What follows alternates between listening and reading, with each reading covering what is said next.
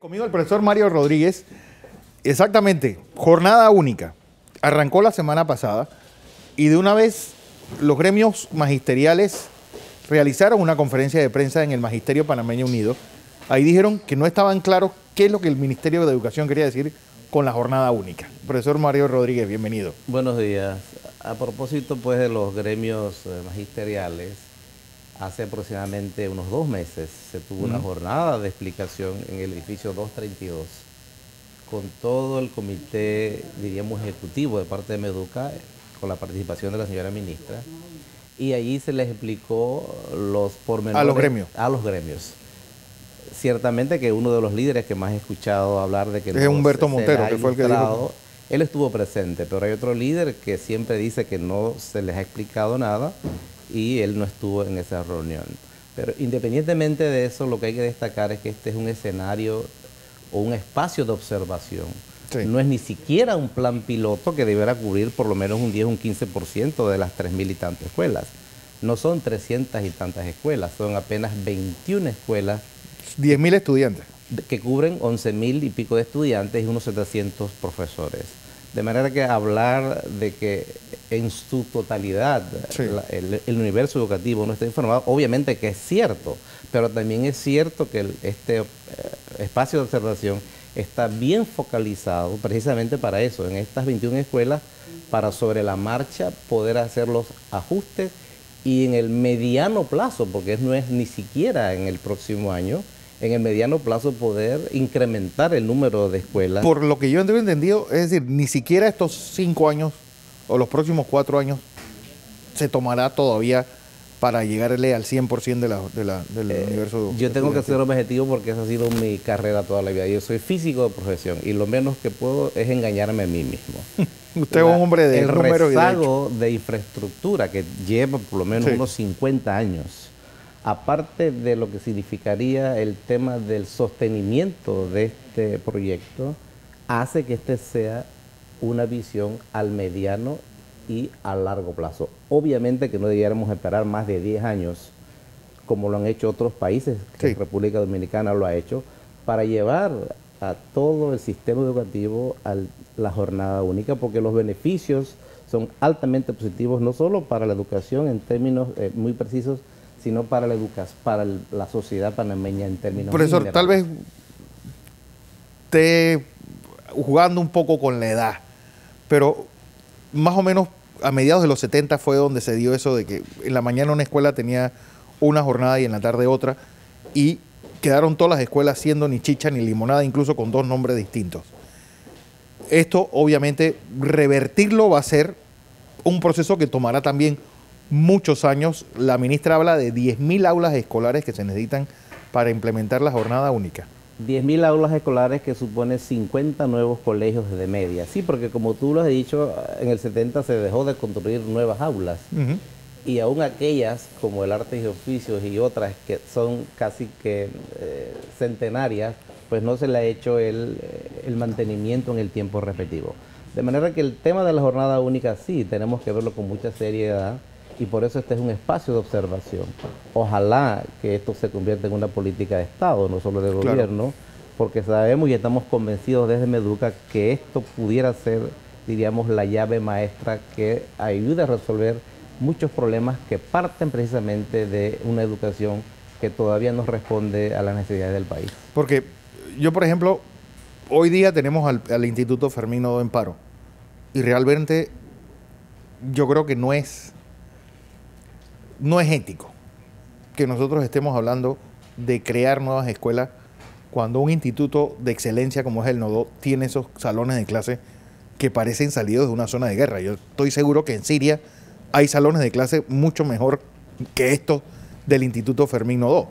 Me parece que estás exagerando. Es decir, si usted fuera a las áreas comarcales que existen aulas ranchos, entonces creo que en aras de la objetividad sí tenemos que ver el tema del Nodo como una cuestión emblemática, es verdad, pero también es cierto, y lo han dicho sus propios profesores, que todo pasa por soluciones al cortísimo plazo, pero también al mediano plazo. Es decir, hay cosas que tienen que ver con temas lógicos como los ambientes escolares, del aire acondicionado, del laboratorio, que se pueden resolver al mediano plazo, pero hay temas estructurales ligados al nodo, que es un colegio que tiene más de medio siglo. Correcto. De manera que el tema de la jornada única tiene que pasar por eso, por arreglar los colegios que necesiten ser intervenidos de manera profunda, pero también para poder universalizar este proyecto tiene que hacerse necesariamente esta inversión de las 10.000 o 50 aulas. ¿Por qué no se implementó eso, por ejemplo, en el Artes y Oficio, en el Instituto Nacional, que ya tienen una jornada única? Bueno, se partió... Si usted va al Instituto Nacional, a las 2 de la tarde no queda un estudiante. El cronograma de jornada única empezó en febrero de este año. Es decir, se inició todo un proceso de investigación, de consulta, de ir a los sitios.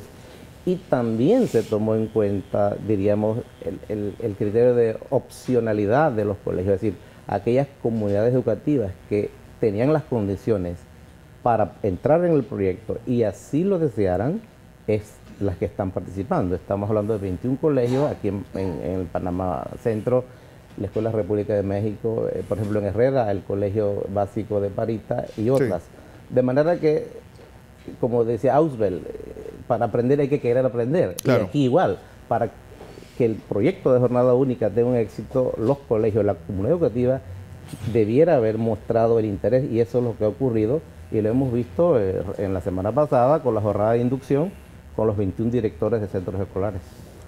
La semana pasada, Finlandia, los padres de familia de Finlandia dijeron: queremos eliminar las tareas de nuestros hijos en la escuela. Es decir, lo que tienen que aprender, lo tienen que aprender ahí. Yo estoy de acuerdo con eso.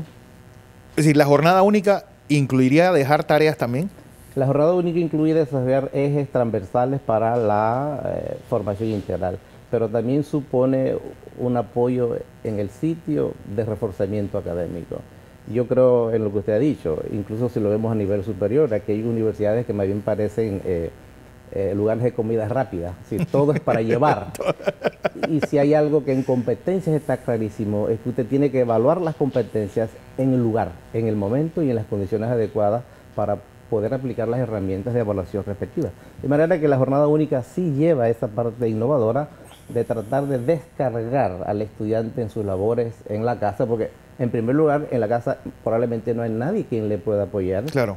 Y pudiera haber una comunidad dentro del entorno escolar que pueda brindarle ese tipo de ayuda, tutorías y demás. Por ejemplo, a mí, Estados Unidos puede tener las 100 mejores universidades del mundo, pero tiene un sistema educativo realmente sui generis, donde uno incluso puede evitar materias como matemáticas, como química, porque si yo no quiero ser, es decir, si yo quiero estudiar, por ejemplo, quiero ser un jugador de golf profesional y voy a ganar mucho más dinero que siendo un administrador, pues en la escuela yo puedo empezar a manejar nociones básicas de administración e incluso utilizar el deporte en el cual me quiero especializar como si fuera una materia fija de estudio.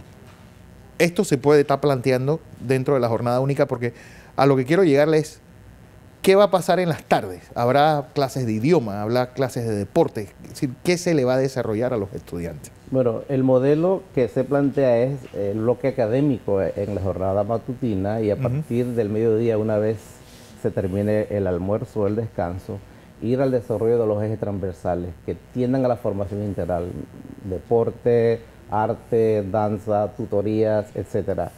El tema de la opcionalidad de las materias, obviamente que eso tiene mucho que ver con el desarrollo de los países y también con el espectro de la población. Nuestra población escolar pública alcanza apenas los 700.000 estudiantes. Si usted le dice a los estudiantes que pongan como opcional la materia de matemática, téngalo por seguro que nadie la toma. Tal vez el 10%. Quienes van a estudiar... Distinto es el impacto si eso se hace pues a nivel de una población escolar que alcanza casi los 120 millones, como es la población norte. Pero a lo que quiero llegarle, profesor, es ¿qué pasa? Es decir, ¿cómo evitar que nosotros tengamos tantos abogados, administradores de empresas, por decir algunas carreras, frustrados manejando taxi o haciendo labores que no tienen absolutamente nada que ver con su profesión? Porque con eso de que tienes que estudiar una carrera universitaria, los hemos forzado a que de todos modos demoren 10, 15 años graduándose de una carrera que a la larga no les gusta. Bueno, lo que yo le comento a mis alumnos, incluso los de la universidad, es que se entra al sistema superior a tan temprana edad que parece que lo práctico sería tener más de una opción de formación universitaria. Usted puede hacer una primera formación universitaria. Lo que llaman el minor otra. y el... Exactamente, para acomodarla, porque nuestro país es un país en desarrollo, de manera que la evolución es lo más permanente y el cambio es lo que se ve. De manera que para uno adaptarse a ese cambio tiene que tener distintas formaciones universitarias. Ahora, el tema en el caso de la secundaria, recién hemos sacado del congelador la Dirección Nacional de Orientación. Estuvo en el congelador en la administración pasada, la hemos pasado al refrigerador, por así decirlo. al horno. Recuperado esa Dirección Nacional de Orientación, porque ese es el papel de la orientación en los colegios públicos. No solo dar orientación vocacional, sino orientación en estos temas que impactan mucho la opinión pública, del embarazo precoz, la violencia, etcétera. De manera que jornada única, dentro de sus propósitos está, uno, disminuir la deserción escolar, que a nivel de media alcanza, la frustración alcanza niveles importantes, y dos, pues intentar resolver un problema social por la vía de mantener al participante más tiempo en el entorno escolar. Si usted tuviera que decir cuáles son las tres carreras exactamente que usted le recomendaría a los muchachos que se van a graduar en los próximos 4 años, ¿cuál usted diría? Fíjese que hemos pasado de una posición pendular. Al inicio de la República íbamos a los oficios, al hacer sin saber, sino por ensayo y error. Luego pasamos a la otra posición pendular, muy academicista, el conocimiento como tal, pero sin aplicabilidad. Ahora estamos hablando de competencia, es decir, el saber, pero el saber para hacer bien. Entonces necesitamos técnicos muy bien capacitados en el área técnica, tanto a nivel medio como superior. Esa es una franja importante que necesita el país desarrollar y que tiene mucha conexión también con los servicios. Aquí muy difícilmente encontramos un traductor bueno, ¿no? Un traductor o un guía idóneo que pueda impactar en su accionar en el trato a los extranjeros que no dominan nuestra lengua materna. De manera que esa franja de la formación técnica me parece que es importante que los jóvenes de hoy la puedan ver a futuro inmediato. Por ejemplo, los 5 o 6 países más importantes o que obtienen el primer puesto en el PISA, es el examen general de educación en el mundo, dicen, si tienes una maestría o un doctorado, más que dar clases en secundaria, te necesitamos en primaria. Es decir, ellos un poco invierten y los más capacitados son los que dan en los primeros 3 años de clase, 3, 4 años de clase. Aquí se está pensando también llegar a eso. Hemos recogido esa tendencia mundial de incorporar al sistema educativo esa franja de edad de menos de 3 años, porque efectivamente es una franja importante para el inicio del periodo de formación.